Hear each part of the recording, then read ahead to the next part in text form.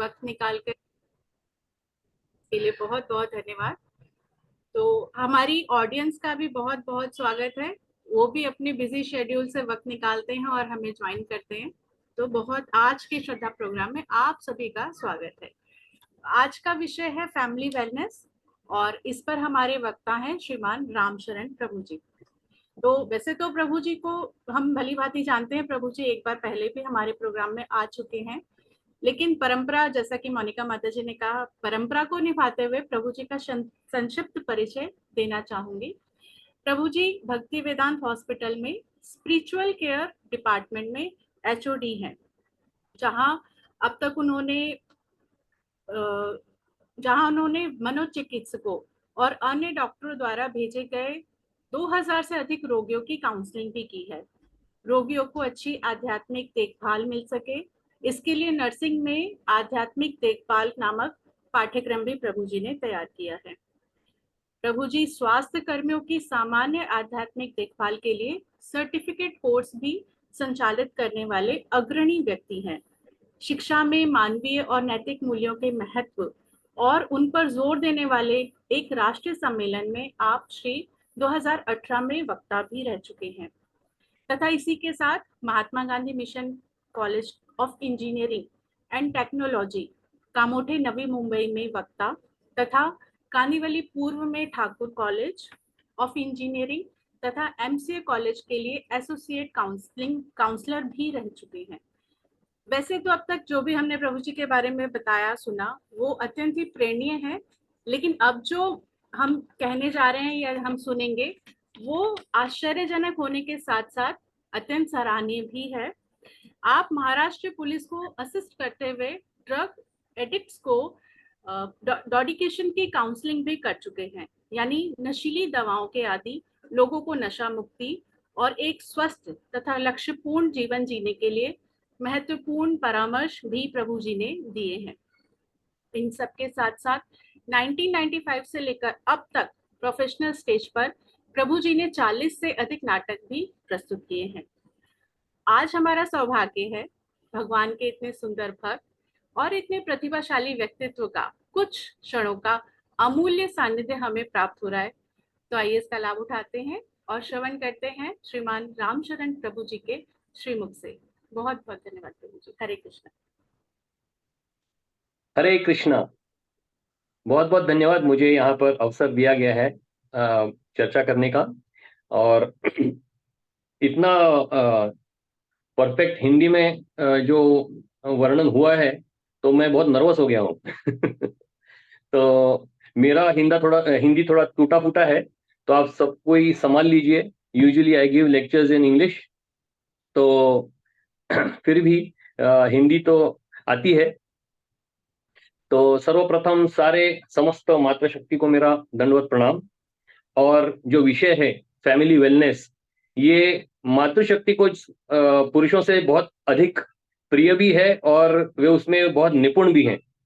तो मैं ये थोड़ा दुस्साहस कर रहा हूँ आप सबको ये चर्चा में मैं टेकिंग द लीड। लेकिन मैं एक पुस्तक लिख रहा हूँ ऑन फैमिली वेलनेस, जो शायद दिसंबर में आ जाएगी। तो मैं चाहता हूं कि आप ये मैं जो कुछ भी कह रहा हूं उसका अगर आप अप्रूवल दे दें तो शायद मैं कुछ लिख सकूं। तो आप सबके आशीर्वाद चाहता हूं। इसी के साथ हम ये चर्चा को शुरुआत करते हैं। किसी को प्रश्न पूछने हैं तो अंत में आप अपने प्रश्न लिख लीजिए और अंत में आप मुझे प्रश्न पूछ सकते हैं। तो फैमिली वेलनेस, परिवार शिक्षा, परिवार स्वास्थ्य, ये बहुत ही इंपॉर्टेंट विषय, बहुत ही महत्वपूर्ण विषय बन गया है।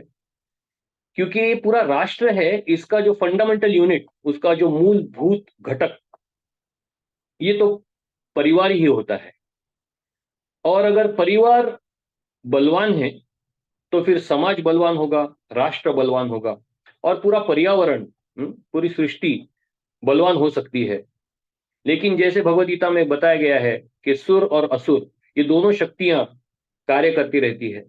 तो वैसे ही आजकल के टीवी सीरियल्स, मूवीज, मैगजीन्स, तो इनका सबका जो प्रभाव पड़ रहा है, पाश्चात्य के आजकल भारतीय भी पाश्चात्य से ज्यादा स्पर्धात्मक हो गए हैं।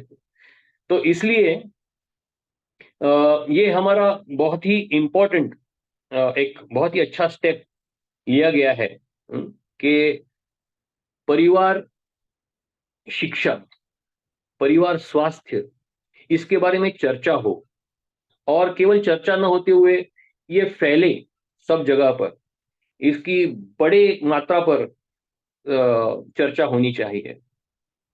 तो क्या क्या प्रॉब्लम्स है आज समाज में, परिवारों में? तो परिवार में सबसे पहले तो अभी डाइवोर्स, जिसको हम तलाक कहते हैं, ये डाइवोर्स हो या तलाक हो, ये तो भारतीय शब्द है ही नहीं। तो ऐसा कोई शब्द ही नहीं बना है, डाइवोर्स या तलाक, या हमारे मराठी में बोलते हैं घटस्फोट। तो घट का स्फोट होते हुए कभी किसी ने देखा है? ये कल्पना है। तो ये कॉन्सेप्ट ही काल्पनिक है, लेकिन वो एक आज सत्य बन चुकी है हमारे परिवारों में। बहुत जगहों पर डाइवोर्सेस हो रहे हैं। फिर झगड़े होते हैं, परिवार में झगड़े होते हैं। तो झगड़े अगर नहीं होते हैं तो इसका मतलब कोई तो सहनशील है, कोई तो सहनशील है और कोई परीक्षा ले रहा है। तो वो झगड़े क्यों होते हैं, कैसे नहीं होंगे, इसके बारे में चर्चा होनी चाहिए। फिर बच्चों को एक आदर्श वातावरण प्राप्त नहीं हो रहा है। एक तो बाहर से भी एक फोर्स है, और एक घर के अंदर भी एक, हमारे शरीर के अंदर भी एक मन नाम की एक वस्तु है, जो एक अच्छा, सही, समर्पक वातावरण नहीं दे पाता है बच्चों को। तो और क्या है, एक दूसरे के पास समय नहीं है हमें। तो समय निकालना बहुत मुश्किल हो गया है, क्योंकि जिस प्रकार से हमें इस दुनिया की भाग दौड़, तो सबको भागना पड़ता है ऑफिस में, और डबल इंजन है परिवारों में। तो जब इनको समय है तब इनको समय नहीं है, जब इनको समय है तो इनको समय नहीं है। फिर बच्चों की पढ़ाई, फिर बच्चों की आदतें, फिर बच्चों का चरित्र गठन, ये सारे एक से एक बड़े बड़े समस्याएं बन गई। हम्म, जो पहले के जमाने में शायद स्वाभाविक था, लेकिन अब हमको उसको चर्चा करके, आज हम देखिए, हमारे बच्चों को उच्च शिक्षण, उत्तम शिक्षण देने के लिए हम बहुत प्रयास करते हैं, देते भी हैं। लेकिन हमारे बच्चे कैसे एक आदर्श पति बने, एक अच्छी पत्नी कैसे बने, एक अच्छा आदर्श पिता कैसे बने, एक अच्छी माता कैसे बने, उसका शिक्षण क्या हम दे पा रहे हैं? आज तक का हम देख रहे हैं, हमारी पीढ़ियां जो है, हम तक बहुत अच्छी तरह से प्राप्त हुआ था, लेकिन इसके आगे हमें बहुत चैलेंजेस, बहुत आह्वान आ रहे हैं। तो हमें इसलिए ये पंचकोश का जो प्रारूप है, तो ये, इसका अगर हम आश्रय लेंगे तो ये हमें मार्गदर्शन करता है कि किस प्रकार से हमारी जिम्मेदारियां होनी चाहिए, इसके अलग आयाम क्या है, इसके अलग अलग कोश कौन से होते हैं, और इन कोशों को अच्छी तरह से हम शुद्ध कैसे कर सकते हैं। पहले तो इन कोशों के अंदर क्या क्या जो प्रदूषण है, उनको कैसे देखा जाए, और इन कोशों को कैसे परखा जाए, इनको समझ के फिर उसमें कैसे बदलाव, मतलब वो क्या कहते हैं ना, बैलेंसिंग, वो बैलेंसिंग हम कैसे लाएं, तो वो सब हम इसमें चर्चा कर सकते हैं। तो कुछ लोग ऐसे कहते हैं कि मैं भगवान की इतनी भक्ति करती हूं, लेकिन फिर भी मेरा परिवार अस्थिर क्यों है, इसमें समाधान क्यों नहीं है, हमारे जो संबंध हैं उसमें एकता क्यों नहीं है, समरसता क्यों नहीं है, सुख क्यों नहीं है मेरे जीवन में। तो इसका मतलब, जब ये प्रश्न आ जाता है, तो इसका मतलब ये है कि हम सोच रहे हैं या तो भगवान, क्या भगवान प्रयोजन है, और सॉरी, क्या कहते हैं, भगवान साधन है, और ये परिवार जो है ये प्रयोजन है, कि मैं भगवान की भक्ति करती हूं तो मेरा परिवार सब ठीक हो जाना चाहिए। या फिर भगवान प्रयोजन है और परिवार बस माया है। क्या ऐसी बात है? तो दोनों में कौन सी सही है? या तो भगवान प्रयोजन है और बाकी सब माया है। भगवान कहते हैं सर्वधर्मान परित्यज्य माम एकम शरणम व्रज, अहम त्वाम सर्व पापेभ्यो मोक्षयिष्यामि। बस और कुछ, सभी सभी जो धर्म है, मातृ धर्म, देश धर्म, बाकी सब परिवार धर्म, सब त्याग दो और मेरी शरण में आ जाओ। तो क्या वो प्रासंगिक है? Is it practical? And second is, हम कहते हैं कि भगवान ही प्रयोजन है, सॉरी, परिवार ही प्रयोजन है और भगवान साधन है। मतलब पर फोकस मेरा परिवार पे होना चाहिए। तो अगर मेरा फोकस परिवार पे है और भगवान ने मुझे देना चाहिए इसलिए मैं भक्ति कर रही हूं, तो भगवान साधन है। दोनों में कौन सा सही है? एनीवन? ये एक्चुअली ऑनलाइन में ज्यादा लेता भी नहीं है, तो it becomes very difficult to reciprocate. I like to interact with people. तो अंडरस्टैंड। और अगर आपने कुछ लिख भी, टाइप भी किया तो कैसे देखना है वो मैं नहीं जानता हूँ।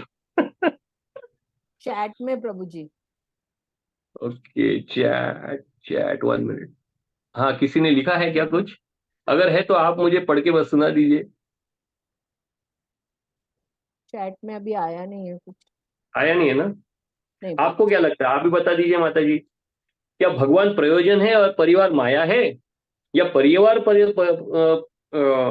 प्रयोजन है, पर्पस है, और भगवान साधन है? ये it's a very complicated thing. ये it's a two side of coin की बात हो जाती है कि आप इधर भी हैं उधर भी हैं, दोनों चीज में हैं। कभी अगर हम भक्ति में आगे बढ़ गए तो लगता है परिवार नहीं, भगवान ही सब कुछ है। और जब हम उसमें आगे बढ़ने लगते हैं और परिवार में कुछ परेशानियां आती है तो लगता है नहीं, भगवान नहीं, ये परिवार ही सबसे ज्यादा इम्पोर्टेंट है। तो ये सही बात है। टाइम टू टाइम हमारी ना फोकस चेंज होता रहता है उसमें। या तो और वही बात हुई थी भगवत गीता के पहले अध्याय में। जी। जो अर्जुन है, वो भी सोच रहे थे मैं इनको कैसे मारूं, हम्म? और किसको क्या प्रेफरेंस दूं, समझ में नहीं आता। तो एक है भगवान, एक है प्रकृति, और एक है हम।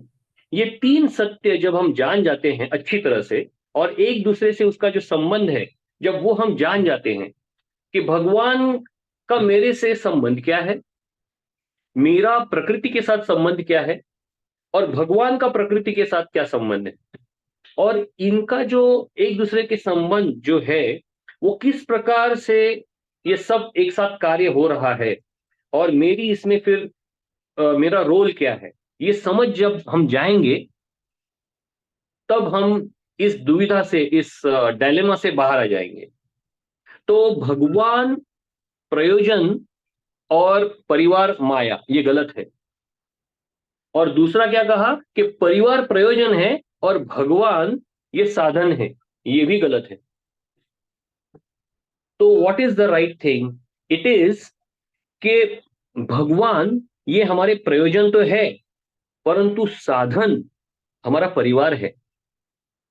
तो परिवार को अगर हम इस तरह से हम कार्य करें, परिवार के साथ हम इस तरह से डील करें जिससे भगवान प्रसन्न हो जाए, तो that is the main thing.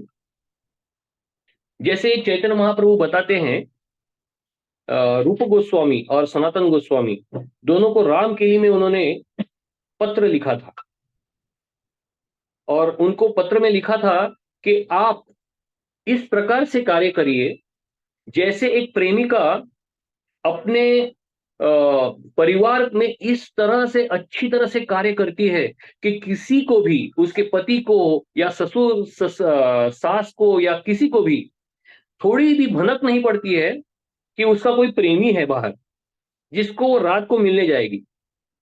इस तरह से वो सेवा करती है। ऐसे चैतन्य महाप्रभु रूप गोस्वामी और सनातन गोस्वामी को बताते हैं कि इस प्रकार से आपको सेवा करनी चाहिए।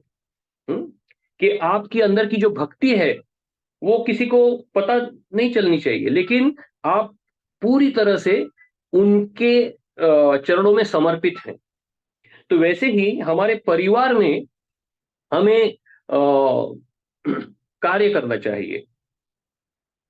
तो लेकिन दूसरा एक प्रश्न ऐसा आता है, कोई माता जी ऐसे बोलती है कि मैं सारी जिम्मेदारियां निभाती हूं, मैं सारे अपमान के घुट पीती हूं, मैं सारी त्याग करती हूं, मैं जितनी भी सारी सेवाएं हैं वो मैं करती हूं, मैं मंदिर भी नहीं जाती, और जब मैं मंदिर जाती हूं तो ऐसे फूट फूट के रोती हूं भगवान के सामने, दुख के नहीं, कृतज्ञता के आंसू, कि भगवान आपने मुझे संभाल लिया है, मुझे ऐसे विकट परिस्थिति में भी मुझे आपने मुझे भक्ति दी है, बहुत बहुत धन्यवाद।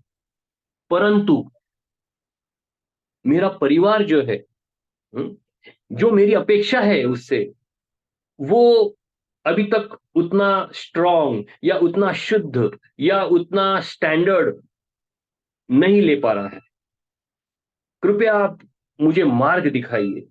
जब ऐसा कोई प्रश्न पूछती है तो ये हम जो आज चर्चा कर रहे हैं वो उनके लिए बहुत ही समर्पक होगा। तो वो मूड सही मूड है।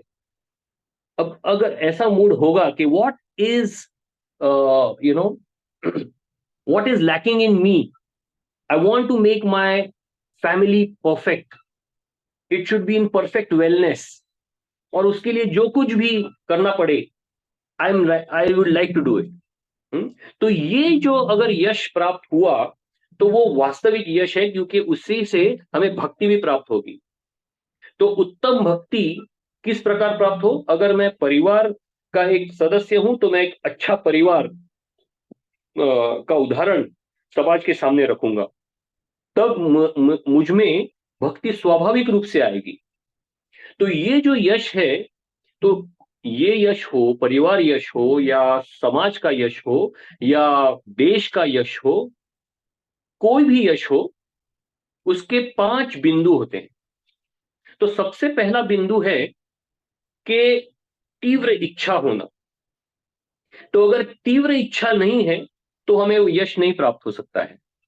तो वो यश कैसे प्राप्त होगा, वो कैसे पता चलेगा कि ये व्यक्ति के अंदर इच्छा है, बहुत तीव्र इच्छा है?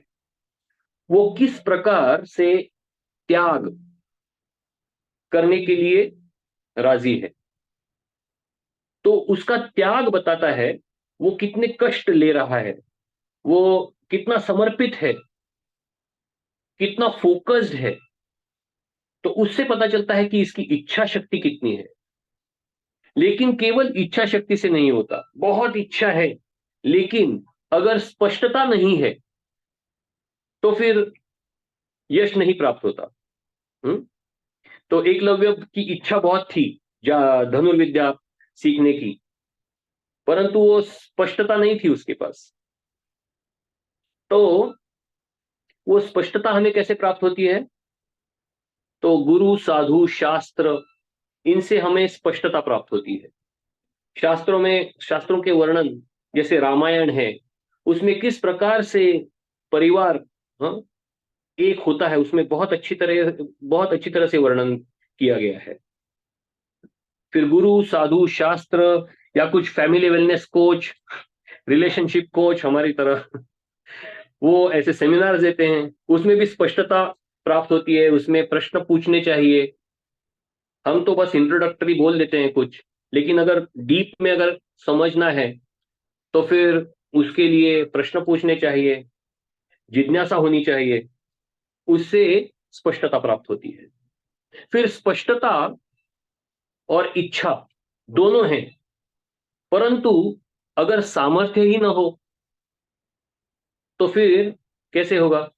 सामर्थ्य भी बहुत आवश्यक है। तो उसमें भी स्पष्टता होनी आवश्यकता है कि किस किस प्रकार का सामर्थ्य है। तो सामर्थ्य पंचकोशी होता है। अन्नमय कोश, प्राणमय कोश, मनोमय कोश, विज्ञानमय कोश, आनंदमय कोश, ऐसे ये 5 प्रकार के सामर्थ्य होते हैं। तो अन्नमय कोश में व्यक्ति स्ट्रांग होना चाहिए, he should be himself healthy, बलवान होना चाहिए। अगर बलवान ही नहीं है तो फिर क्या अपने परिवार की रक्षा करेगा।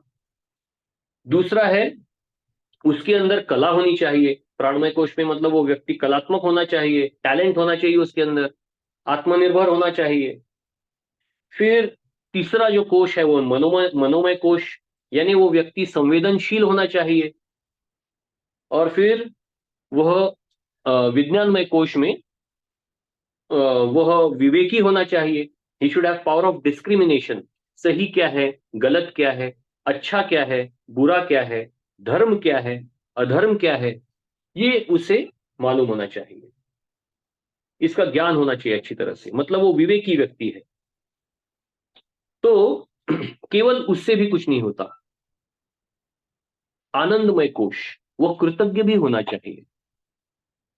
तो ऐसा व्यक्ति जो बलवान है, जो टैलेंटेड है, कलात्मक है, सेंसिटिव है यानी संवेदनशील है, फिर विवेकी यानी he is wise, conscientious, and fifth वो कृतज्ञ है यानी वह ग्रेटफुल है, he has gratitude in his heart. तो ऐसा व्यक्ति सामर्थ्यवान होता है, वो अपने परिवार को बहुत अच्छी तरह, ही becomes a great asset to the family. उस परिवार में वो एक अच्छा आधार स्तंभ बन जाता है। तो इस प्रकार से ये जो मैंने कहा 3 बिंदु आ गए हैं। एक तो इच्छा, फिर आता है स्पष्टता, फिर आता है सामर्थ्य। लेकिन ये तीनों होने के बावजूद भी व्यक्ति यशस्वी नहीं हो सकता। उसके अंदर सहकार उसे मिलना चाहिए, दूसरों से भी सहकार मिलना चाहिए।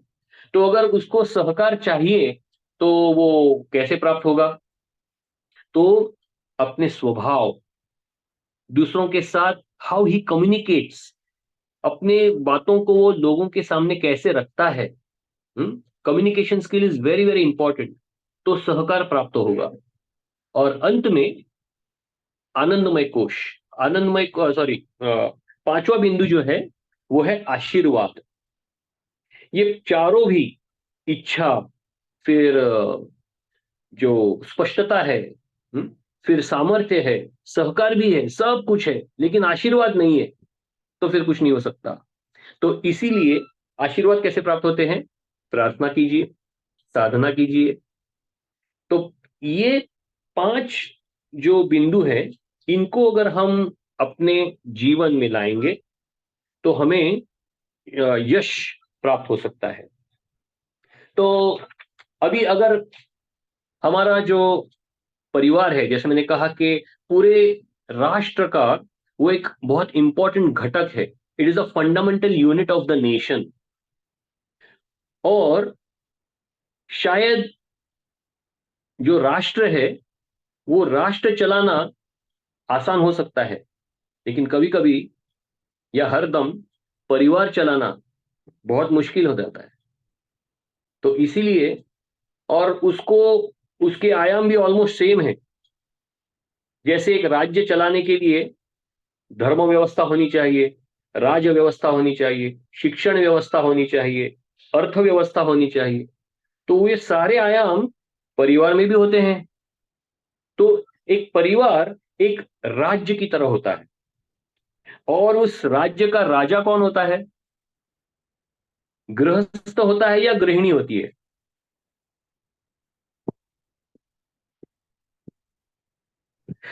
माता जी आप ही बता गुरुजी, दीजिए। दोनों ही होते हैं, गाड़ी के 2 पहिए हैं। आ, राजा और मंत्री जैसे रहते हैं, दोनों के साथ ही राज्य चलता है, वैसे ही दोनों ही राजा और मंत्री की तरह चलते हैं। एक अगर नहीं चला तो दूसरा कोलैप्स हो जाता है। हमारे हिसाब से तो एक परिवार को चलाने के लिए पति पत्नी दोनों का एक जैसा कंट्रीब्यूशन होना चाहिए। अगर पत्नी सिर्फ किए जा रही है, बच्चों को संभाल रही है और पिता की तरफ से कुछ उनको नहीं मिल रहा है, तो बच्चों में वो सामर्थ्य नहीं डेवलप होगी। और अगर पिता ही किए जा रहे हैं और माता के संस्कार अच्छे नहीं है तो आगे की पीढ़ी अच्छी नहीं बनेगी। तो इसलिए दोनों का होना बहुत जरूरी है। फाइनेंस, पैसा भी होना चाहिए और साथ में ज्ञान और उनके प्रति संस्कार, तो दोनों की जरूरत है। बिना पैसे और बिना संस्कार दोनों से गृहस्थी खराब हो सकती है। तो हमारे हिसाब से तो दोनों एक जैसे ही हैं। अरे वो वैसे माता जी इज द मॉडेस्ट, और सारी मातृशक्ति जो है, सारी माताएं बहुत ही नम्र होती हैं। और मैं पूरी ईमानदारी के साथ और जिम्मेदारी के साथ ये कहता हूं कि गृहिणी यही राजा होती है। वो ही, मतलब घर ही गृहिणी होती है। और जो गृहिणी है वो ही तय करना चाहिए कि घर में क्या रहना है, घर के बाहर क्या जाना है, या घर के अंदर क्या आना चाहिए। क्योंकि भारतीय स्त्री विशेष करके, उनके अंदर वो बाय डिफॉल्ट भगवद गीता बैठी रहती है, बिठाई रहती है। तो ये जो संस्कार है, हम लोग मराठी में बोलते हैं पीढ़्यान पीढ़्या, तो वो आई हुई जो ट्रेडिशन है, आज भारत पूरे विश्व में धर्म विश्व गुरु बना है, बनने जा रहा है। तो उसका श्रेय भी हमारे परिवार ही है। और परिवार का जो मूलभूत जो जो जिम्मेदारी है, वो तो अभी आप अर्थार्जन की बात कर रहे हैं, पैसा कमाना, वो तो स्त्रियां भी कमाती है, बहुत अच्छी कमाती है, पुरुषों से भी अच्छा कमाती है। तो वो इतना विशेष नहीं है। लेकिन जो गृहिणी के जो जिम्मेदारियां जो हैं, वो इतनी इंपॉर्टेंट हैं कि वो और दूसरा कोई कर नहीं सकता है।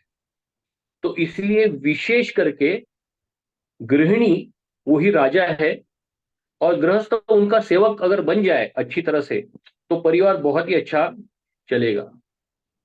तो जैसे एक राजा है, तो उसके 6 आयाम होते हैं। राजा के पहले, सबसे पहले तो राजा का राज्य होना चाहिए। राज्य ही नहीं है तो राजा कैसे होगा? तो मतलब घर, तो राज्य यानी घर होना चाहिए। फिर राजा की प्रजा होनी चाहिए। तो प्रजा कौन है? जो भी उनके ऊपर निर्भर होते हैं, हम्म? गृहस्थ और गृहिणी के ऊपर जितने भी बाकी के लोग जो निर्भर होते हैं, वो उनकी प्रजा है। फिर उसी के साथ साथ कोष, जो कोष होता है, राजा का अगर कोष नहीं है तो फिर वो कौन सा राजा है? तो कोष यानी वेल्थ, यानी लक्ष्मी। बेसिकली हम कहते हैं ना ग्रह लक्ष्मी। तो ग्रह लक्ष्मी, वो आठों जो लक्ष्मियां, जो अष्टलक्ष्मी हम कहते हैं, वो उनकी ये है रिप्रेजेंटेटिव। रिप्रेजेंटेटिव को क्या बोलते हैं? उनकी प्रतिनिधि। तो जैसे सबसे पहले तो आदि लक्ष्मी। तो आदि लक्ष्मी मतलब anything which is new, and which is pure, which is sacred, which is organic. तो anything which is having pristine beauty, which is having purity, तो वो है आदि लक्ष्मी। तो जैसे हमारे संबंध भी जो है बनावटी नहीं होने चाहिए, वो परफेक्ट होने चाहिए, शुद्ध होने चाहिए। वैसे ही हमारा खान पान शुद्ध होना चाहिए, इट शुड बी प्योर। तो लेकिन आजकल तो शाकाहारी भोजन में भी मिलावट होती है। शाकाहारी मतलब वेजिटेबल्स में भी पेस्टिसाइड्स और पता नहीं क्या क्या, जो फल है उसमें भी। तो प्रदूषण तो सब जगह पर आ गया है। So Adi Lakshmi represents purity. Then comes Dhanalakshmi. तो धनलक्ष्मी यानी वेल्थ, तो उसमें सब कुछ आता है। देन धान्य लक्ष्मी। तो धान्य लक्ष्मी वो भी, दैट इज ऑल्सो एन ऐश्वर्य। फिर उसके बाद धान्य लक्ष्मी के बाद आता है राजलक्ष्मी, जो हम जिसकी बात की हमने, गृहिणी। तो सत्ता उसके अंदर होनी चाहिए। जैसे मैंने कहा, क्या अंदर आना चाहिए, क्या बाहर जाना चाहिए घर के। They should take that responsibility, and they should be forceful with their love and commitment. तो आजकल कभी कभी ऐसा देखा जाता है, अभी करीब 20 साल से मैं काउंसलिंग कर रहा हूं, तो ऐसा पता चलता है कि गृहिणी जो है वो घर को अपना घर ही नहीं मानती है। कुछ तो ऐसे बोलती है कि शादी करने के बाद मैं अपने पति के घर पे क्यों जाऊं, पति मेरे घर पे आना चाहिए। अरे आपका घर मतलब कौन सा घर, वो पति का घर आपका घर है। ये उनके दिमाग में डाला नहीं गया होता है। तो वो सोचती है पिता का घर वो मेरा घर होता है। तो ये थोड़ा समझना चाहिए कि when she goes to her husband, it is her home and she is the lord of that home. तो ये जिम्मेदारी ऑफकोर्स दोनों तरफ से होनी चाहिए। वो गृहिणी की भी जिम्मेदारी होनी चाहिए कि वो उसका घर अपना समझे, और घर के लोगों का भी ये होना चाहिए जिम्मेदारी कि वो वैसा उनको एहसास दिलाए कि वो उस घर की गृहिणी है, मतलब राजलक्ष्मी है। और फिर घर नहीं टूटेगा, क्योंकि वो उसने अपना घर वो जिम्मेदारी ले ली है। तो वो जिम्मेदारी लेना बहुत जरूरी है सत्ता की। लोग सत्ता मतलब फैसिलिटी समझते हैं, लेकिन सत्ता मतलब जिम्मेदारी, आवश्यकता। फैसिलिटीज आवश्यक तो है, लेकिन उससे भी ज्यादा आवश्यक है रिस्पॉन्सिबिलिटी लेना। तो वो रिस्पॉन्सिबिलिटी जब नहीं ली जाती है तो प्रॉब्लम होता है। फिर आता है आदि लक्ष्मी हो गया, धन लक्ष्मी, धान्य लक्ष्मी, सत्ता लक्ष्मी, फिर संतान लक्ष्मी। पुत्र हो या कन्या हो, तो that also is offered by the गृहिणी। सो शी इज संतान लक्ष्मी। देन कम्स वीर लक्ष्मी। तो पत्नी ही पति की हिम्मत भी होती है। तो वो वीरता, ये जो अबला नारी वगैरह ये सब काल्पनिक है एक्चुअली। जब समय आता है तो ये जो वीर लक्ष्मी जो है वो ही सारे समस्याओं का समाधान भी वही है। देन कम्स विजय लक्ष्मी। तो विजय लक्ष्मी मतलब जैसे अगर वो मिट्टी में मिट्टी उठाए और दिखाए तो वो बन गया सोना। तो मिट्टी से भी जो सोना बना है, आलू से सोना नहीं है, मैं मिट्टी से सोना बता रहा हूं। तो जो विजय लक्ष्मी है उसमें वो ताकत होती है, वो सामर्थ्य होता है कि वो मिट्टी से भी सोना बनाने की उसके अंदर हिम्मत हो। और लास्ट में होता है विद्या, विद्या लक्ष्मी मतलब मां सरस्वती। तो ये अष्टलक्ष्मी जो है वो उसी की प्रतिनिधि है। तो ये सारा जो है वो वास्तविक श्री, वास्तविक धन, वास्तविक लक्ष्मी जो हम कहते हैं कोश, वो उस गृहिणी के पास होता है। फिर होता है सैनिक। राजा के पास राज्य होना चाहिए, राजा के पास प्रजा होनी चाहिए, राजा के पास कोष होना चाहिए, और राजा के पास उसके सैनिक होने चाहिए। तो उसके सैनिक कौन है? तो उसके सैनिक है उसके रिश्तेदार, उसका परिवार, उसके रिश्तेदार, और उसके सारे जितने भी समाज में भी उनके उतने संबंध स्ट्रांग होने चाहिए। तो जैसे सैनिक मतलब कौन? जो राजा के लिए अपने मरने के लिए भी तैयार हो। जैसे शिवाजी महाराज के लिए उनके मावड़े हाथ पर जान अपने हथीले पर लेकर चलते थे हर वक्त। क्यों? क्योंकि शिवाजी महाराज भी उनके सैनिकों के लिए अपनी जान देने के लिए तैयार थे। तो वैसे ही परिवार में जो राजा, जो गृहिणी होती है, वो उसके संबंध, पति के रिश्तेदार हो, संबंधी हो, या समाज में जो भी हो, उनके साथ ऐसे संबंध होने चाहिए कि वो उनके लिए, उनकी आपत्ति काल में, संकट काल में वो उनके लिए खड़े हो जाए। तो उसको वो कहते हैं सैनिक। फिर आता है परिवार में और क्या होना चाहिए? दंड नीति होनी चाहिए, पॉलिसी, नियम। तो राज्य में अगर नियम ना हो तो राज्य चलेगा क्या? नहीं चलेगा। वैसे ही परिवार के भी अच्छे अच्छे नियम होने चाहिए, पोषक नियम होने चाहिए, दंड नीति होनी चाहिए। अगर वो नहीं है तो फिर परिवार टूट जाता है। और अंत में परिवार के लिए, जैसे राज्य का, राजा का एक मित्र होता है। मित्र मतलब वो भी एक राजा होता है उसके अपने राज्य का। तो वो उसका हितैषी होता है, और जब भी कुछ उसे दिखाई पड़े, he can give a feedback to to the raja. ऐसा एक व्यक्ति होना चाहिए, मित्र। सो हमारे यहाँ पे वैसे हमारे काउंसलर्स होते हैं, तो वो भी हमको बता सकते हैं, उनका हमारे से कोई स्वार्थ नहीं होता है, कोई वैसे संबंध नहीं होता है, no blood relation, but because they are our very best friend in service of Krishna, therefore they can guide us very well. तो जब ये सारे आयाम, ये जब सब कुछ उस राजा के पास होगा, तब उसका राज्य यशस्वी होता है। तो इसीलिए हमें हमें भी ये देखना चाहिए कि मेरे परिवार के लिए क्या क्या पोषक है। सबसे लिए तो उसका सामर्थ्य के लिए, मतलब गृहस्थ और गृहिणी में क्या गुण होने चाहिए। जब अभी आप जो हैं, जो भी ऑडियंस हैं, वो उनका एज वगैरह मैं जानता नहीं हूँ, whether they are young ladies और दे आर ओल्ड और they are middle aged, I don't know anything, but still I feel that whenever anyone, कोई भी जब परिवार की शुरुआत कर रहा है, विवाह संस्कार में बन रहा है, तो उन्होंने अपने जो ये है, एक दूसरे के सामर्थ्य क्या है वो समझने चाहिए। दे शुड हैव शारीरिक, मतलब शारीरिक और मानसिक दोनों प्रकार के उनके अंदर सामर्थ्य होने चाहिए। फिर उनकी जिम्मेदारियां निभाने की उनके अंदर क्षमता होनी चाहिए। फिर उनके अर्थार्जन की क्षमता होनी चाहिए उनमें। फिर वो बुद्धिमान होने चाहिए, सुसंस्कृत होने चाहिए और निष्ठावान, एक दूसरे के अंदर दे should B chest towards each other.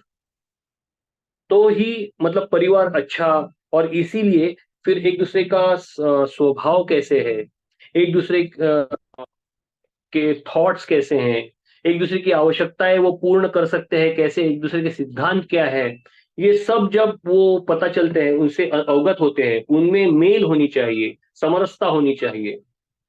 तो अगर वो नहीं है तो फिर परिवार अच्छा नहीं चलेगा। और इसीलिए अगर एस्ट्रोलॉजी भी अगर ठीक तरह से अगर देखा जाए, ये बहुत ही अच्छा साइंस है। और जो भी इसको देखते हैं विवाह के पहले, तो वो बहुत, it is always safe and good, advisable कि उनमें होनी चाहिए। तो ये सब देखना चाहिए। इतना ही नहीं, गृहस्थ और गृहिणी दोनों समाज के प्रति भी उनकी जिम्मेदारियां जो है, वो उसकी उनको सोच होनी चाहिए कि हमें करना चाहिए। और विशेष करके गृहिणी तो अन्नपूर्णा भी कहा जाता है उनको। तो मेरे परिवार के लिए कैसे पोषक, स्वादिष्ट, हाँ, और सात्विक सात्विक आहार प्राप्त हो, तो ये उस वक्त उसमें वो हर वक्त she should be very alert कि मेरे बच्चे क्या खा रहे हैं, घर के अंदर घर के बाहर क्या खा रहे हैं। उसमें अगर उनका ध्यान नहीं है तो परिवार स्वास्थ्य, if the bodies are strong then the mind also, जैसा खाएंगे अन्न वैसा बनेगा मन। और वैसे फिर नेक्स्ट आयाम आता है सुखोपभोग। तो हर वस्तु जो भोगने के लिए हम घर पे लाते हैं, तो वो इट शुड बी उत्तम वस्तु। We should not compromise with cheap standards. वो बहुत अच्छी होनी चाहिए। जैसे मैंने कहा, ऑर्गेनिक होनी चाहिए, देसी गाय का घी, देसी गाय का दूध। और कोई भी वस्तु अगर हम खरीद रहे हैं, तो वो उसकी गुणवत्ता अच्छी होनी चाहिए, it should B best in quality. इतना ही नहीं, वो उसकी कीमत भी योग्य होनी चाहिए। और सबसे इंपॉर्टेंट, वो आवश्यक होनी चाहिए। अगर वो आवश्यक नहीं है, हम बस ऐसे ही खरीद रहे हैं खरीद रहे हैं खरीद रहे हैं, तो वो भी अच्छा नहीं है। कभी कभी किसी के पास तीन तीन चार चार अलमारियां साड़ी से भरी होते हैं, जबकि वो पहनती भी नहीं है कई वर्ष। तो ये नहीं होना चाहिए। सो संतान प्राप्ति और अर्थार्जन, ये दो मुख्य कार्य होते हैं परिवार परिवार के। और अगर वो अर्थ ठीक तरह से अगर उसका ये नहीं किया, तो ये अर्थव्यवस्था के भी मतलब 5 कोश होते हैं। जैसे अच्छा वो जैसे जब वो आएगा तब मैं बात बताता हूँ, लेकिन सुखोपभोग की बात चल रही है तो उसमें we should always take the best quality for our family, वो होना चाहिए। तो परिवार का जो स्वास्थ्य है उसका असेसमेंट अगर हमें करना है, फैमिली वेलनेस असेसमेंट, अभी हमारे भक्तिवेदांत अस्पताल के आध्यात्मिक विभाग में जहाँ पे मैं कार्य करता हूँ, वहां पे हमने फैमिली वेलनेस असेसमेंट शुरू किया है।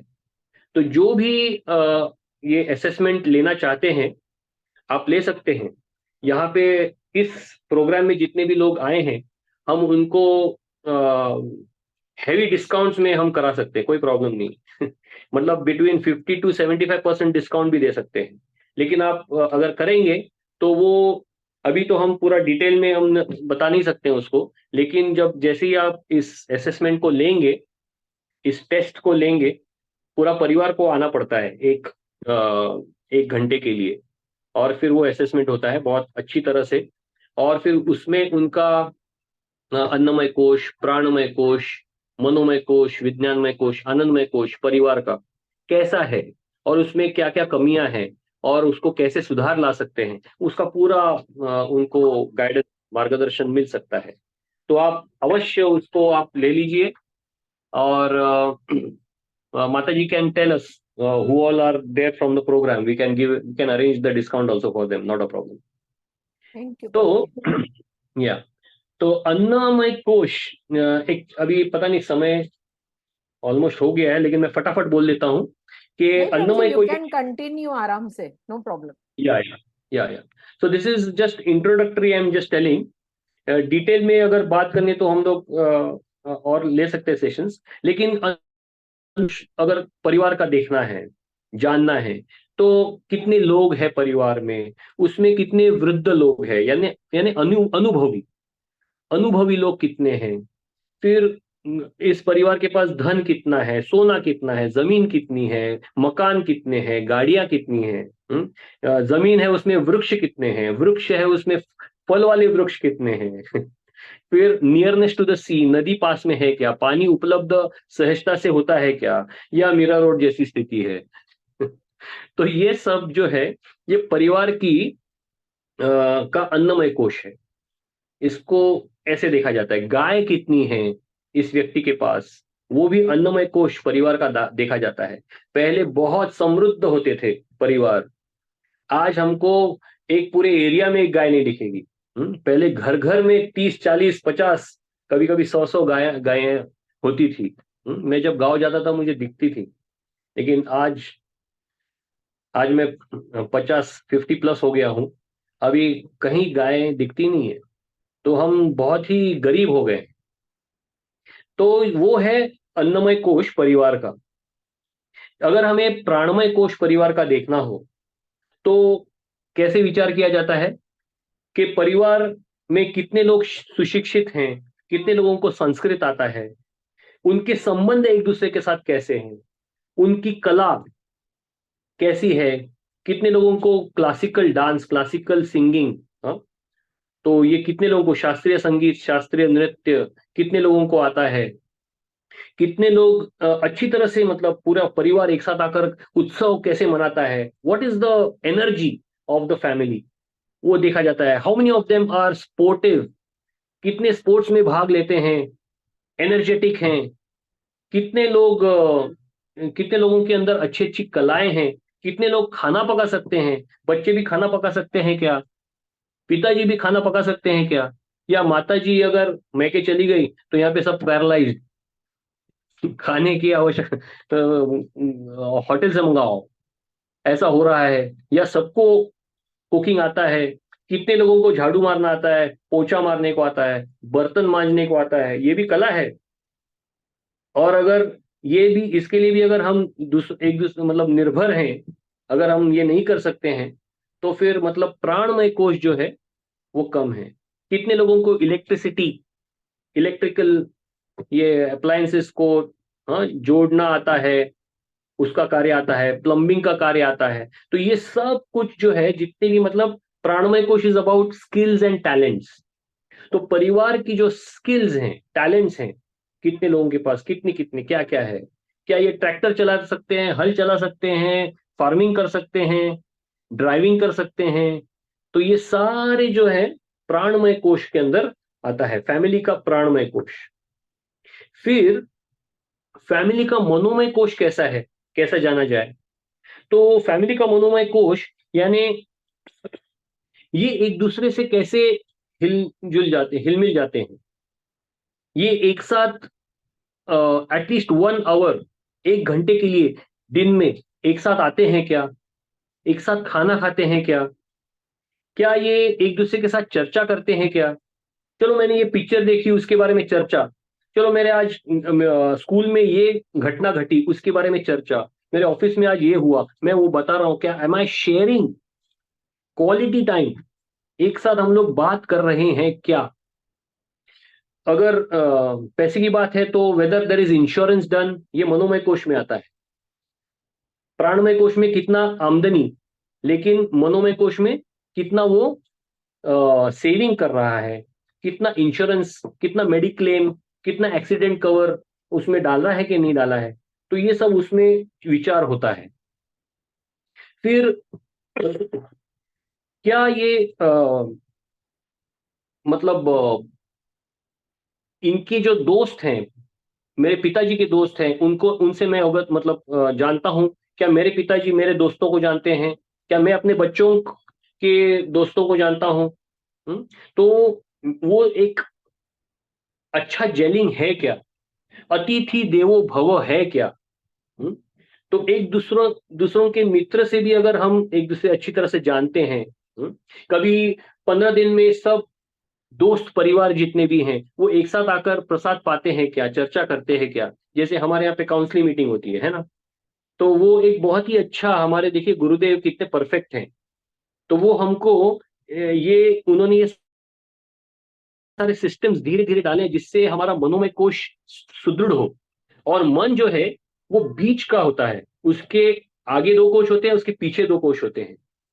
तो प्राणमय कोश और अन्नमय कोश ये आगे के कोश हैं, और विज्ञानमय कोश और आनंदमय कोश इसके पीछे के कोश हैं। तो ये बीच का जो कोश है इसलिए बहुत महत्वपूर्ण बन जाता है।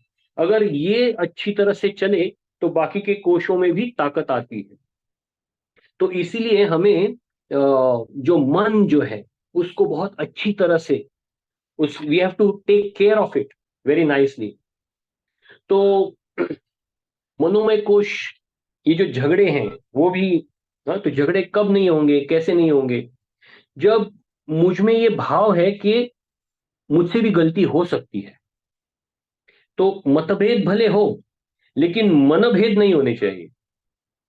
तो मुझ में भी गलती हो सकती है और गलत फहमी भी हो सकती है।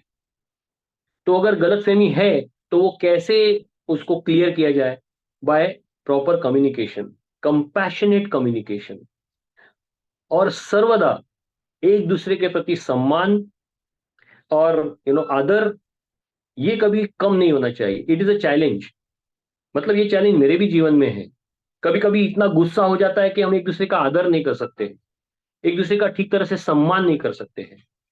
तो ऐसे वक्त पे क्या करना चाहिए? जब हमारा दिमाग सही काम नहीं करता, इमोशंस से भरपूर है, तो ऐसे वक्त पे हमें समर्पित होके मार्गदर्शन लेना बहुत आवश्यक है।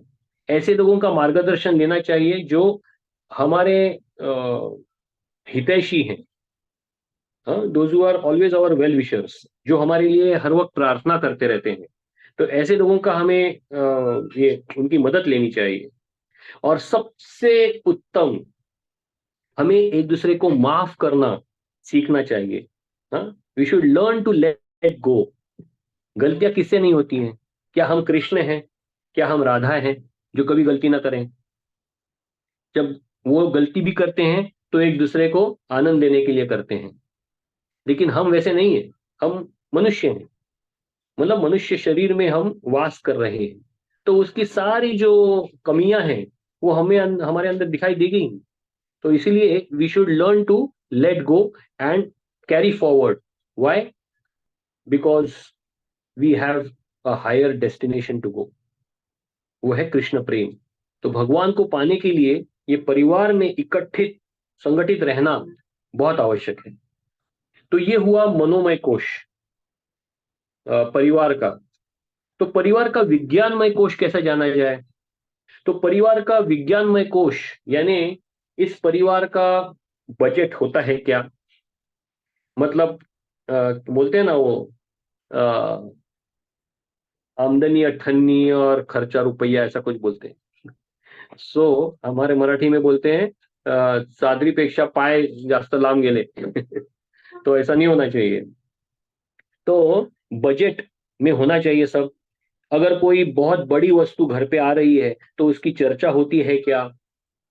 या एक ही व्यक्ति सब चर्चा कर अपना निर्णय ले लेता है?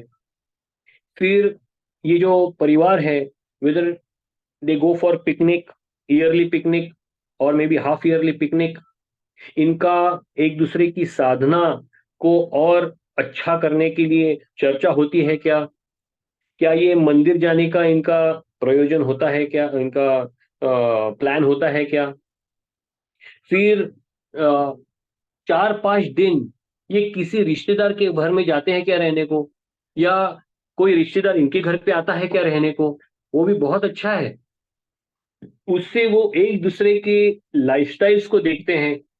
उसमें उन्हें पता चलता है हमारे अंदर क्या कमी है और हमारे अंदर how we are fortunate also, ये भी पता चलता है। ये भी होना चाहिए बीच बीच में।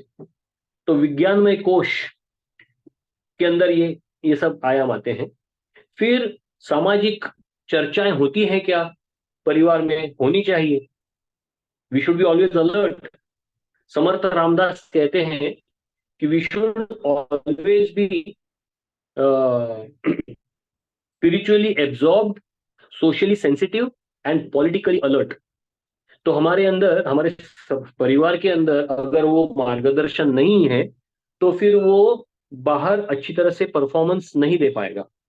और इसीलिए सामाजिक चर्चाएं होनी चाहिए, राजनीतिक चर्चाएं होनी चाहिए, राष्ट्रीय स्तर पर की जो जितने भी ये हैं, हाँ, उसके बारे में चर्चा होनी चाहिए, so that our family becomes a very strong family.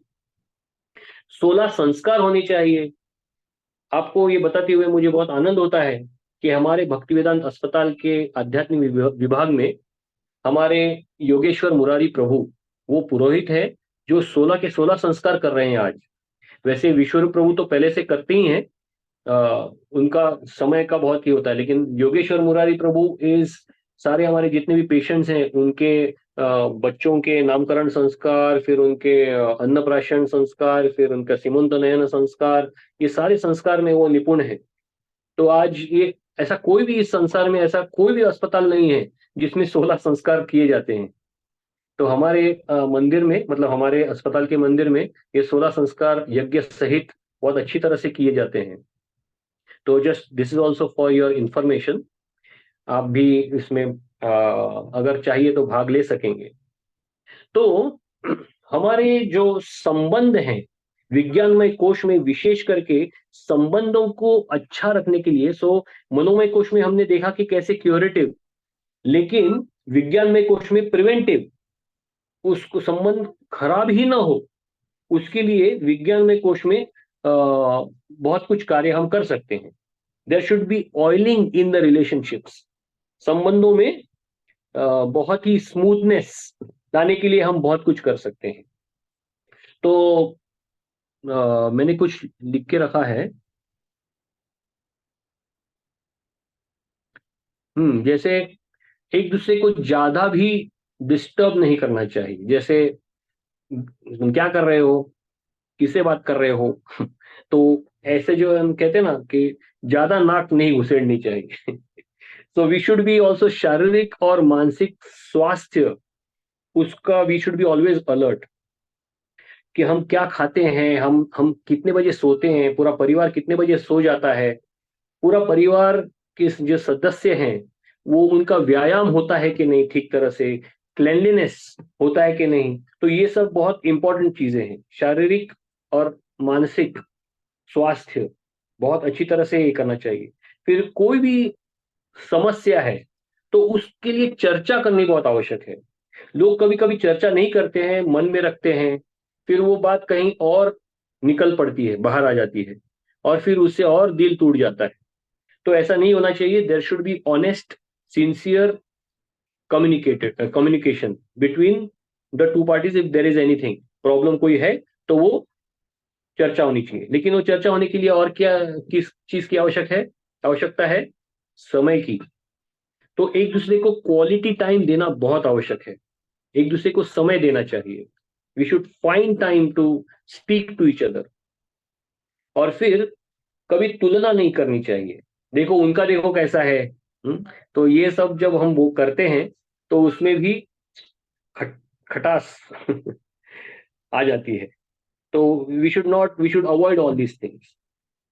And last में जो पांचवा है, जो है आनंदमय कोश। तो परिवार का आनंदमय कोश किसमें देखा जाता है? कि यह परिवार किसके लिए जाना जाता है? What does it stand for? इस परिवार का प्रयोजन क्या है? इस परिवार का उद्देश्य क्या है? What does it stand for? ये समाज के लिए क्या कर रहा है? इसका समाज में क्या कंट्रीब्यूशन है इस समाज का? Whether this family goes and votes during the election. अभी देखो 2024 की इलेक्शंस है, तो सबने जाके वोट करना चाहिए और मोदी को वोट करना चाहिए। आप बिंदास बोल सकते हो कि राम शरण मोदी के पक्ष में ही बोलता है, तो मुझे उसमें कोई शर्म नहीं आएगी, क्योंकि ही इज फॉर धर्म, इज अ राइचियस मैन। तो वोट करना चाहिए, और जो ऑनेस्ट व्यक्ति है उसके लिए वोट करना चाहिए। फिर पर्यावरण के लिए परिवार ने कुछ कार्य, प्रोजेक्ट्स लेने चाहिए। वृक्षारोपण, स्वच्छता ड्राइव। तो ये सब एक साथ मिलकर, अगर समाज का ऐसा कुछ कार्य है तो परिवार ने उसमें हिस्सा लेना चाहिए। फिर धर्म प्रचार के लिए कितना परिवार सहयोग कर रहा है, कितना दान दे रहा है। तो ये सब कुछ उस आनंदमय कोश में आता है।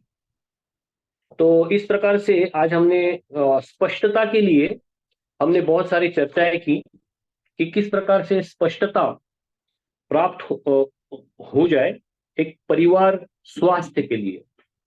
बस वो ही एक बिंदु पकड़ के हमने ये चर्चा की। आगे सामर्थ्य आता है, फिर आगे सहकार आता है। तो सहकार को कैसे, वो सब बहुत बड़े बड़े टॉपिक्स हैं। अलग अलग स्तर हैं, अलग अलग बच्चों के अलग अलग एजेस, उनके अलग अलग लक्षण होते हैं, अलग अलग सामर्थ्य होता है, अलग अलग स्वभाव होते हैं। तो उसको सब जानना एक बहुत ही लंबा वर्कशॉप है वो।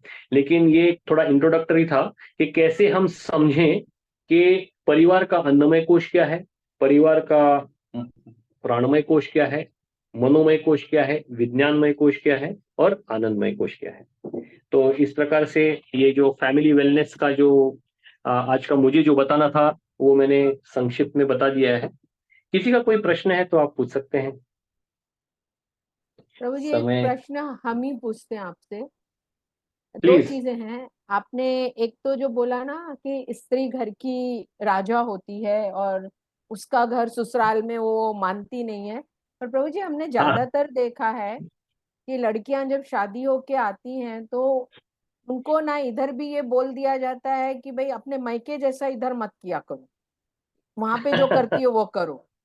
तो उसको ससुराल में ये फीलिंग ही नहीं दी जाती है कि ये उसका घर है, क्योंकि हर चीज में उसको इस तरह से टोका जाता है। इस तरह से सास भी यही बोलती है कि भाई ये देखो ये मेरा घर है, मेरे रूल्स चलेंगे, तुम अपना मत चलाओ। तो लड़की को ये मान, हमने काफी फैमिलीज में ये चीज देखी है कि लड़की ये सही बात। एक्सेप्ट करने में उसको ना, आपने जो बात बताई कि सबको उनका साथ चल के उसको बताना चाहिए कि ये घर आपका है, पर वो ऐसा कोई करता नहीं है। और जब मायके में जाते हैं तो उधर भी हो जाता है कि भाई ससुराल तुम्हारा है। तो बेचारी लड़की करे क्या, ना तो उसको इस घर में अपना मिलता है ना उस घर में मिलता है, तो वो राजा अपने को समझे कैसे, बताइए। तो बहुत बहुत अच्छा प्रश्न पूछा है आपने, क्योंकि मेरी बिटिया भी अभी ससुराल गई है, और अभी उसकी अब मैं नाना बन गया दादा हूँ बन उसकी। नाना बन गए। तो तो बहुत जिम्मेदारी से ये प्रश्न का उत्तर मुझे देना है। तो सबसे पहले वो समझे या न समझे, घर उसी का है। हम्म, और घर के बाकी के लोग भी समझे या न समझे, घर तो गृहिणी का ही है। क्यों है? क्योंकि गुरु, साधु और शास्त्र ये कहते हैं। और अगर वो उसको एहसास नहीं दिला रहे हैं, तो उस गृहिणी के अंदर उतना सामर्थ्य होना चाहिए कि वो उस राज्य को जीते। राजा ऐसे नहीं राजा बनता है, मुझे राज्य चाहिए, मुझे राज्य चाहिए, मुझे राज्य नहीं दे रहे हैं, ऐसे रोके थोड़ी होगा। तो उसको लेना पड़ेगा अपने करेक्ट। वीरता से, अपने सामर्थ्य से। तो वो सामर्थ्य, अर्थात हमने सामर्थ्य के ऊपर आज चर्चा की नहीं है, हमने आज केवल जो स्पष्टता, 5 बिंदु बताए मैंने। एक तो है इच्छा, दूसरा है स्पष्टता, तीसरा यस। है सामर्थ्य, चौथा है सहकार, और पांचवा है आशीर्वाद। तो आशीर्वाद के बारे में तो पूरा हमारा इस्कॉन उसी के बारे में चर्चा बहुत अच्छी तरह से करता है, उसमें बताने की हम्म। आवश्यकता नहीं है। गुरुदेव के बहुत सारे लेक्चर्स हैं और सारे ब्रह्मचारियों के लेक्चर्स भी हैं कि आशीर्वाद को कैसे अपने जीवन में लें। लेकिन जो बाकी जो है ना, वो थोड़े क्या कहते हैं उसको, मटेरियलिस्टिक टॉपिक्स हैं। Nature, it it is with nature, it is about nature. तो सहकार कैसे लें, तो उसमें बहुत सारे दिमाग लगाना पड़ता है। We should not play with our heart all the time, we should also have our head while asking for sahakar. तो वो सब उसमें आता है। तो आपका जो प्रश्न है वो सहकार कैसे लें और हम राजा कैसे बने, और लोगों को हमारे लिए जान न्योछावर करने के लिए कैसे उनको ये करें, प्रेरित करें। तो चार चार प्रकार के मोटिवेशंस होते हैं। पहला मोटिवेशन होता है डर, ओ बाबा वो आ गई चलो काम करो। तो वो एक पहला हम्म। मोटिवेशन होता है, इतना कुछ खास नहीं होता है। उसके बाद आता है लाभ, कि मैं अगर ये करूंगी तो मुझे ये प्राप्त होगा, ये करूंगी तो ये प्राप्त होगा, ओ हो अच्छा, गुड गुड गुड। तो that is the second motivation. Then the third motivation is duty, कर्तव्य। मुझे किसी का डर नहीं है, मुझे कोई लाभ नहीं चाहिए, मैं स्वार्थी नहीं हूं, लेकिन मैं ड्यूटी बजाऊंगी, मैं अपनी कर्तव्य में अपना पूरा करूंगी। तो एक वो एक प्रेरणा होती है। तो किसी को उस तरह से बात करना, उनको उनकी ड्यूटी का एहसास दिलाना। और फिर लास्ट, सबसे हाईएस्ट इज प्रेम। ये जैसा मोटिवेशन, इसका जैसा मोटिवेशन है ही नहीं दूसरा। तो प्रेम मतलब not only just speaking goody goody. प्रेम यानी to be a real well wisher of that person, with all odds, with whatever we get in return, nonsensical things, but still we are their well wishers and act accordingly. तो ये सब थोड़ा मैंने एक बीज रूप में बताया है। इसको अगर हम ये करेंगे, विस्तारित करेंगे, तो बहुत बड़ा चर्चा है ये। फिर भी आपके प्रश्न का उत्तर ये है कि हमें कोई राज्य हाथ में ऐसा देगा नहीं।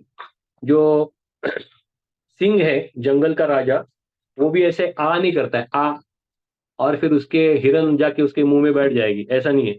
उसको भी भागना पड़ता है उसके पीछे, और फिर उसको उसका खाना भोजन मिल जाता है। तो वैसे ही जब गृह लक्ष्मी अपने घर में जाएगी, तो उसका राज्य बना बनाया राज्य उसको नहीं मिलने वाला है। और अगर अच्छा राज्य भी होगा, तो भी उसको अपना राज्य, हाँ, राजा बनने का उसको ये सिद्ध करना पड़ेगा कि वो सक्षम है। So she just is not going there for getting the facilities of Raja, but also being the holder of responsibilities of that kingdom. So I hope that answers the question. Yes प्रभु जी, एक अच्छी चीज है कि ये आपने बहुत अच्छा बात बोली कि वो बनी बनाई चीज आपको थाली में नहीं मिलेगी, you have to earn it, वो आपको अर्न करना है, अर्न करना Yeah, है। और इस right. पेशेंस को डेवलप करने के लिए आई थिंक लड़कियों को, हर किसी को आपके जैसा एक सेमिनार अटेंड करना चाहिए, क्योंकि आजकल पेशेंस है नहीं बच्चों में और उन्हें लगता है हर चीज मिल जाएगी, वो मिलती नहीं है, अर्न करना Yeah, पड़ता है। और वो पहले से मेंटली लड़कियां प्रिपेयर होनी चाहिए उस चीज के लिए कि भाई right. हमें तो ये जो डिवोर्स का जो ये इम्पेशंस डिसीजंस हैं वो शायद रुक जाए, क्योंकि आजकल लड़कियों में ही ज्यादा आप देखेंगे कि वो लोग बहुत जल्दी बोलते हैं ना, इरिटेट हो जाती हैं हर एक परेशानियों से, और उन्हें लगता है ये मेरा हक है और मुझे दिया नहीं जा रहा है, पर वो अर्न करने की कोशिश नहीं करती। तो ये एक बहुत अच्छी बात Okay. आपने बताई कि ये हमें अर्न करना है, हमें प्राप्त करना है अपने मेहनत, अपने टैलेंट, अपने गुणों से, संयम से, ये जी हमें बना बनाया मिलेगा नहीं। दूसरा सवाल जी प्रभु जी था, आपने जो बच्चों के साथ टाइम स्पेंड करने की बात बोली।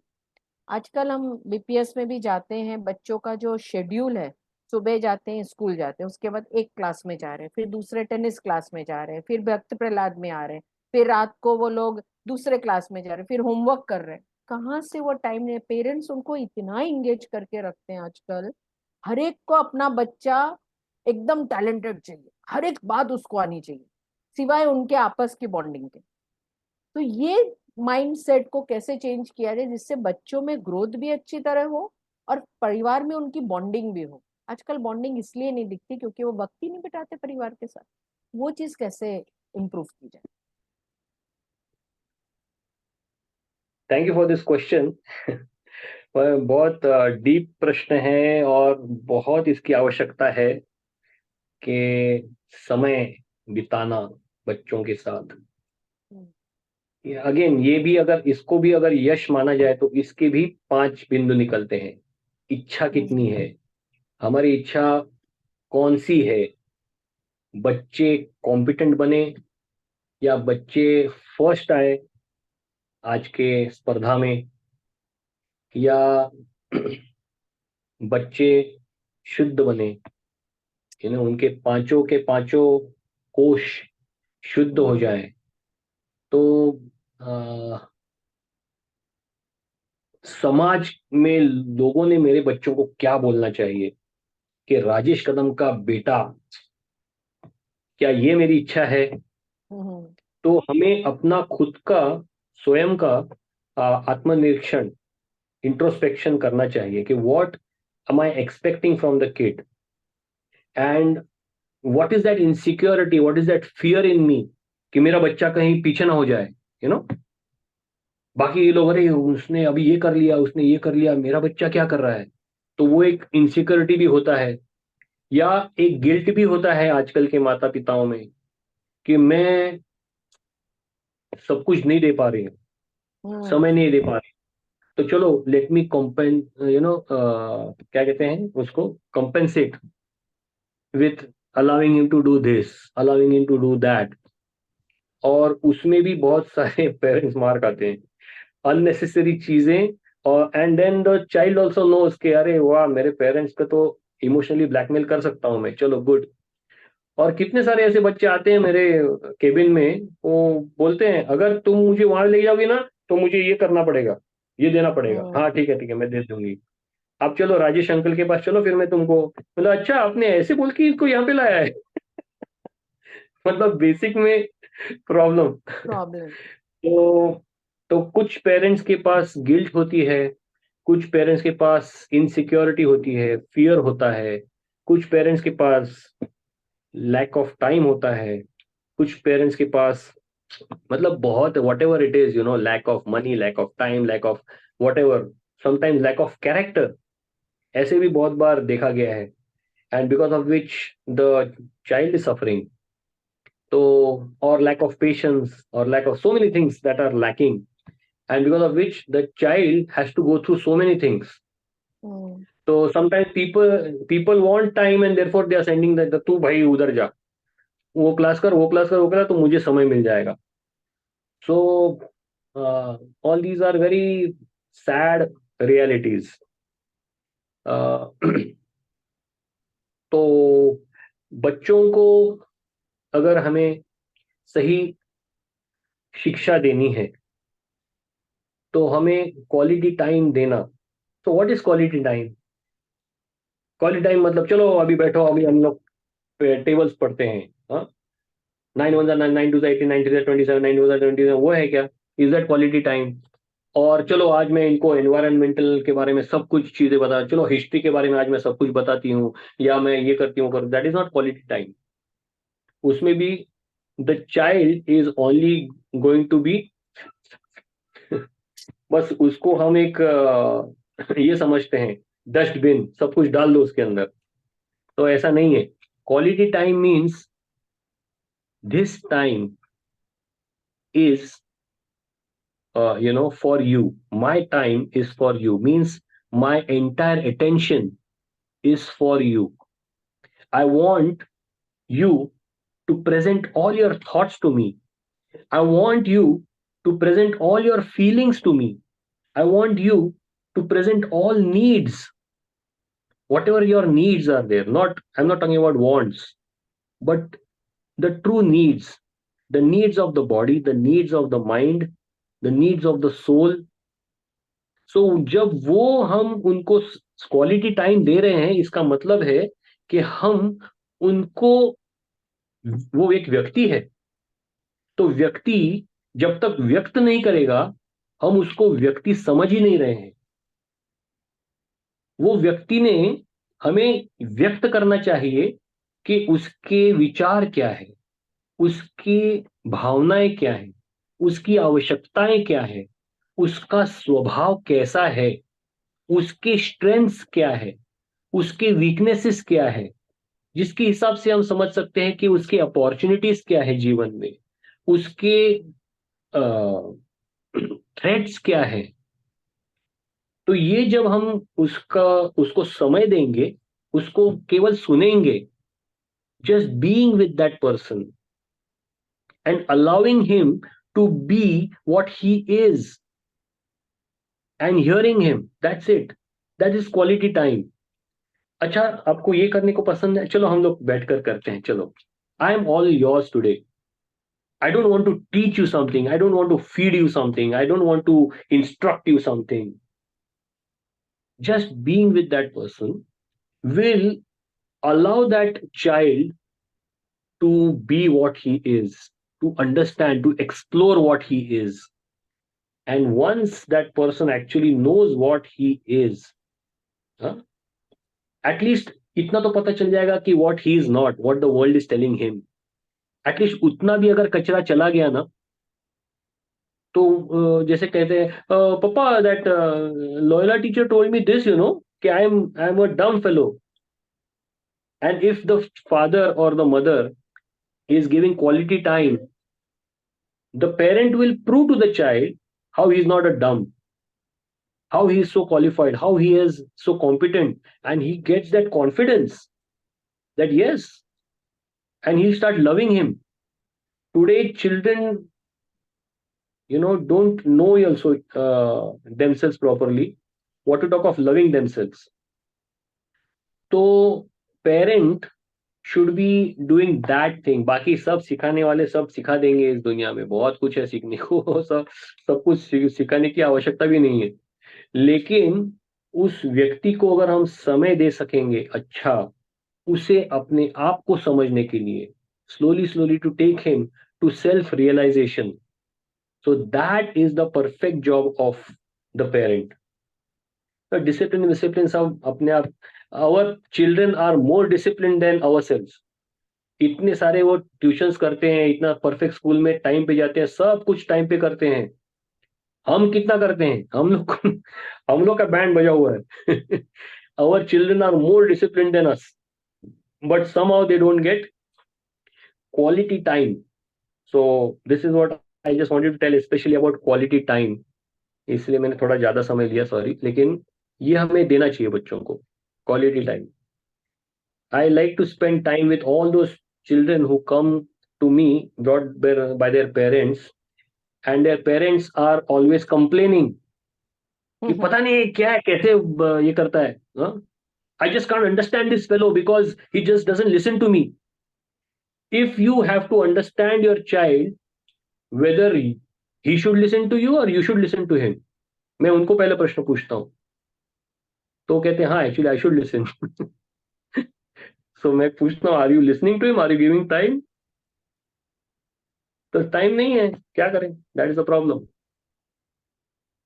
जी एकदम सही बात बोली. रिसेंटली हमने किसी से सुना था कि हमारे वक्त पे हमारी माँ जब खाना खिलाती थी तो कहानियां सुनाती थी, चंदा मामा की कहानी और ऐसे सुना. और आजकल के पेरेंट्स मोबाइल दे देते हैं बच्चों के हाथ में और बोलते हैं वो देखते देखते. आप इतना भी उनके पास आज टाइम नहीं है कि हाथ में कौर लेके बच्चों के मुंह में खिलाए और अच्छे से एक बॉन्डिंग क्रिएट कर, और ये हम खुद भी मैं देखते हैं अभी प्रभु जी। बोलना नहीं चाहता था, लेकिन थैंक यू, आपने ही बोल दिया मोबाइल के बारे में, क्योंकि हमारे हाँ अभी जितने भी सुन रहे हैं वो लोग भी आप अपने बच्चों के हाथ में मोबाइल दे दें। मैंने अपने बेटिया को बोला है, अभी मेरी मेरे बिटिया की बिटिया अभी बेटी आ बीस गई है। 20 दिन की हो गई है, शायद 20 दिन की। तो उसको बोला है मोबाइल हाथ में नहीं देने का। मैंने तुम्हारे हाथ में मोबाइल नहीं दिया था, तुमने अपने बच्चों के हाथ में mobile, and she also is convinced about it.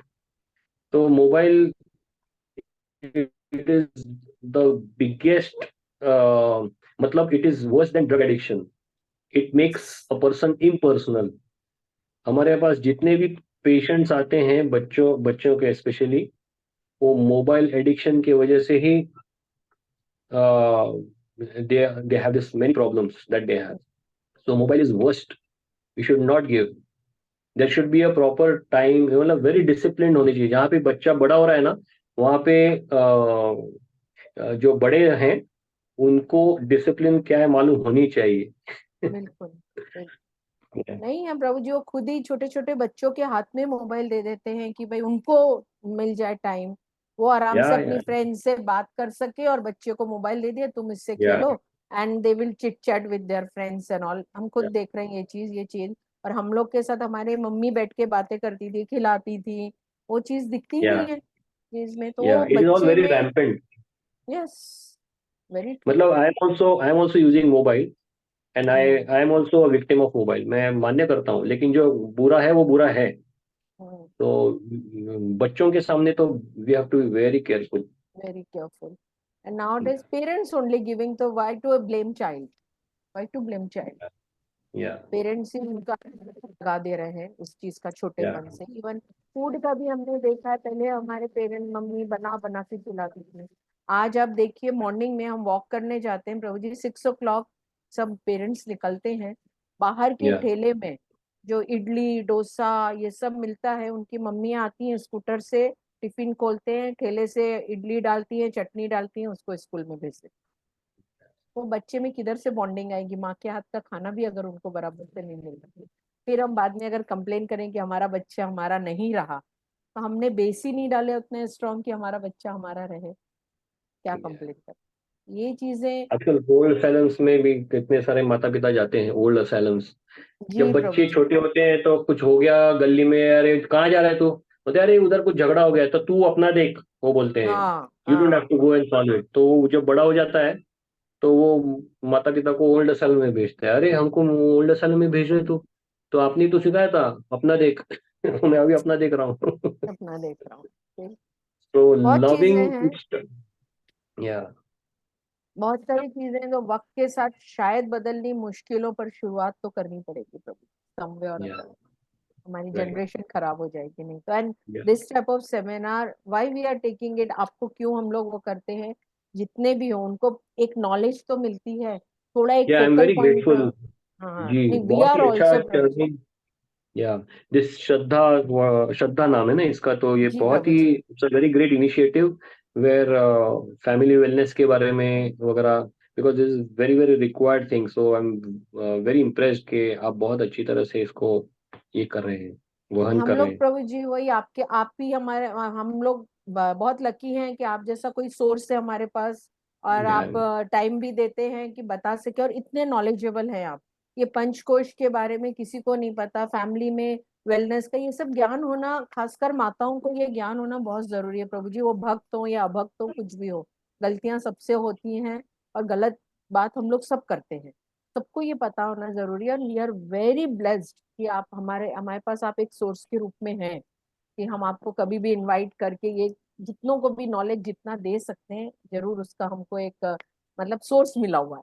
तो इसके लिए हम आपके बहुत बहुत आभारी हैं प्रभु जी। किसी को कोई क्वेश्चन वेरी पूछना गुड। हो तो प्लीज पूछ लीजिए, प्रभु जी ने इतना टाइम दिया, हमने ही ज्यादा टाइम ले लिया प्रभु जी से। मेरा एक क्वेश्चन है प्रभु जी, जो आपने बताया परिवार का अन्नमय कोष, तो उसमें गायें कितनी है, लैंड कितने हैं गांव में, और आप ही ने बताया कि अब वो धीरे धीरे जिस हिसाब से कम हो रहा है, कोई बिजनेस के लिए उसको बेच रहा है या कोई कहीं के लिए यूज के लिए बेच रहा है, तो इसका क्या मतलब है कि हमारा अन्नमय कोष वीक है, और अगर वीक है तो उसको स्ट्रॉन्ग कैसे करें? ये सब हमको अपने जीवन में लाने चाहिए। हम बहुत गरीब हैं अभी, इस बारे में हमारा अन्नमय कोश बहुत ही वीक है। तो जब गाय हमारे जीवन में आएगी, हमारे परिवार की सदस्य बनेगी, तब पता चलेगा कि हम कितने कैसे अमीर हो गए। वो अभी नहीं है तो हम जानते नहीं है, और हम लोग दर दर की ठोकरें खा रहे हैं, एक एक पैसा कमाने के लिए इतना स्वेटिंग कर रहे हैं। लेकिन गाय माता, गौ माता, हाँ, विश्ववर्धिनी है वो तो वो अगर घर में आ जाती है तो सुजलाम सुफलाम, न केवल पैसा, it's not about money, it's about वास्तविक प्रॉस्पेरिटी, मतलब समृद्धि, मतलब सुख शांति समाधान, ये जो है। तो जब गाय आती है घर में, तो ये सब है। मैं बस प्रचार कर रहा हूँ, खुद मेरे पास गाय नहीं है, मैं चौथे माले पे रहता हूँ, लेकिन जो सत्य है वो बता रहा हूँ बस। इसका मतलब ये नहीं कि मैं कोई बड़ा ये है, लेकिन जो सत्य सुना है वो मैं बता रहा हूँ। तो बहुत सारे गोभक्त मेरे शिक्षा गुरु बने हैं, तो उनसे जो भी मैंने सीखा है वो मैं बस प्रेजेंट कर रहा हूँ।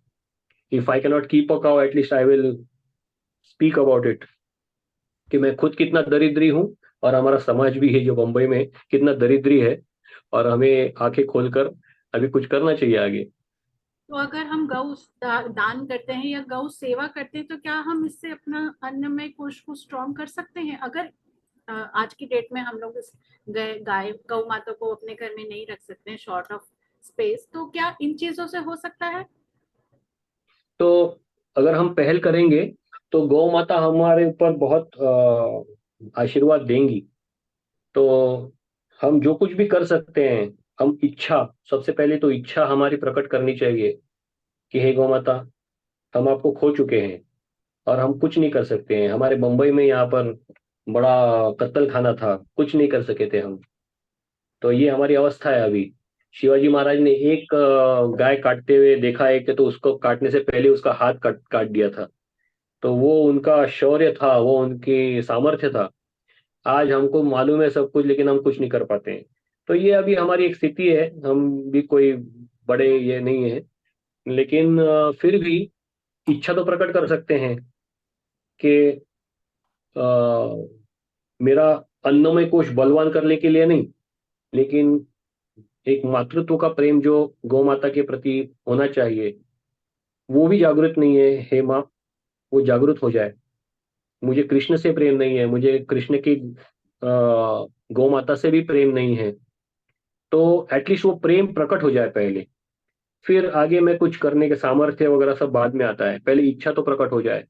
और फिर मैं इच्छा कैसे प्रकट हो पता चलेगा, जब मैं ऐसे, जैसे आपने कहा कि मैं I will use only cow products, I will start doing something about cause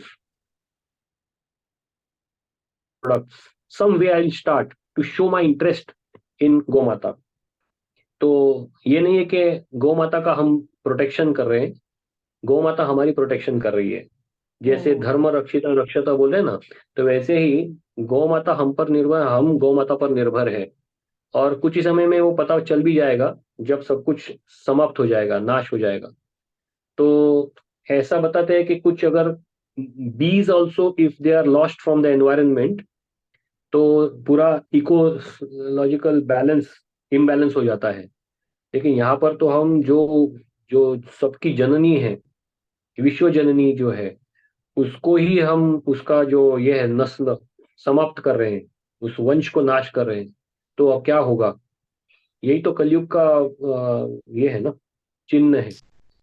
तो ये सब तो हो रहा है, लेकिन इसमें अ, हम, हमारी तरफ से इच्छा प्रकट करनी चाहिए, फिर स्पष्टता आनी चाहिए, फिर हमारे जितना भी सामर्थ्य है उससे हमें गौ माता की पूरी तरह से इस पूरे प्रोजेक्ट में घुस जाना चाहिए। करने के लिए तो बहुत कुछ है। वो गौ माता के ऊपर 2-3 सेमिनार हो सकते हैं। ये बहुत बड़ा बड़ा विषय है। तो हम क्या कर सकते हैं उसके लिए, तो उसके भी एक्सपर्ट्स हैं, उनके भी हम चर्चा कर सकते हैं। तो आपने जो कहा, yes you should start again what ever you can, that is also go सेवा।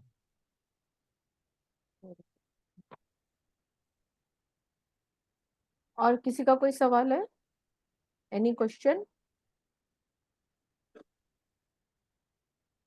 I think no one has any question, Prabhuji. Yeah.